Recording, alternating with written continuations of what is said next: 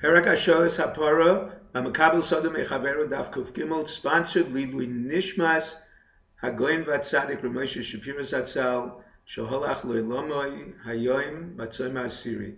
The Gemara discusses the law of a tenant who claimed he paid his rent on the last day of the year. Before that time, the tenant has to prove he paid, since tenants do not generally pay early. After the rental period, the burden of proof is on the landlord. The Gemara answers from an upcoming Mishnah that the only reason an employer cannot swear that he paid his worker on the due date because he may confuse him with another worker he paid. The oath transfers to the worker. In our case, the tenant can swear. The Gemara discusses next a case where a landlord wrote an undated 10-year lease. Tenant disputes the landlord's claim that 5 years transpired. Who's believed? The landlord is believed. It is different than a loan, where a borrower claims he paid part of the debt but has nothing in writing. He is obligated to pay the loan in full because the loan document was written, the guvaina, to collect the loan. Any partial payment should have been recorded. However, the landlord's document was written primarily to prevent a renter from seizing the property with 3-year squatter's rights. Therefore, we accept his claim that 5 years transpired out of the 10. The next law discusses where the borrower said, B'tuvo la'olam, lend me the item as long as it is usable.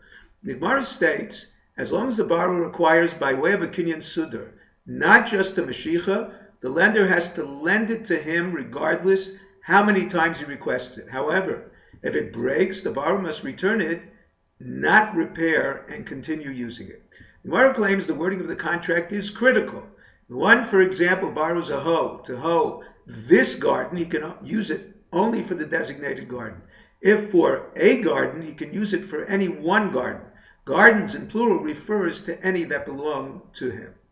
The Gemara mentions a similar case of digging a well. The last option mentioned is where the borrower says, Begar Gusa, lend me a place to dig a well. He can dig in many places until he finds a suitable place with lots of water, as long as he acquires the whole field before beginning to dig.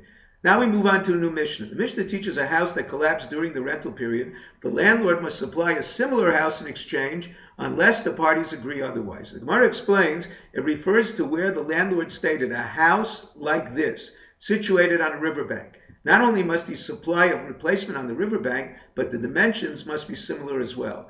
Now we move on to a new parak. Parak HaMakabel Sodom מחבירו, and we start a new Mishnah. This chapter deals with leased fields by Kablonus or Chakirus, to sharecroppers and tenant farmers. The first Mishnah teaches that local custom determines terms of leases with farmers. Number one, the local custom is to cut the crops. The farmer must cut them. The Gemara explains the landowner may object to the uprooting because the straw that remains fertilizes the field. Sharecropper can object to uproot it by claiming uprooting is more difficult. Number two, if the local custom is to uproot them, he must uproot them. The Gemara explains the landowner may object to the farmer cutting because his land is fertile. He wants it cleared completely for the next season's planting. The farmer can object to cut because he wants straw for his animals. Number three, if the local custom is to plow the field after, he must plow it after. He weeded while the grain stood. In spite of the fact that he did this to avoid plowing after the harvest, he must plow unless he stipulated his intent initially. Mar explains the meaning of the word hakol, kaminag medina, all, in reference to the teaching of the Mishnah, hakol kaminag medina. Hakol teaches a farmer is entitled to fruits on the trees of the field leased. Even if the landowner took less of a percent of the crops than is customary in that locale, he cannot claim that was to prevent the tenant of any claim to the fruits unless specified at the time of the agreement. Similarly, if the farmer took less a percent than is customary in that locale, he cannot claim this was to share in the fruits of the trees where the custom is not to lease the trees with the land.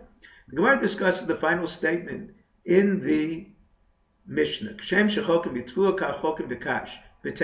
Just as the landowner and tenant divide the grain, they divide the straw. The Gemara teaches that it depends on local custom. Rabbi Yosef states it was not the minhag in Bavel to give straw. Even if a landowner is generous, it does not establish the custom, but where there is no established custom, the law is to give.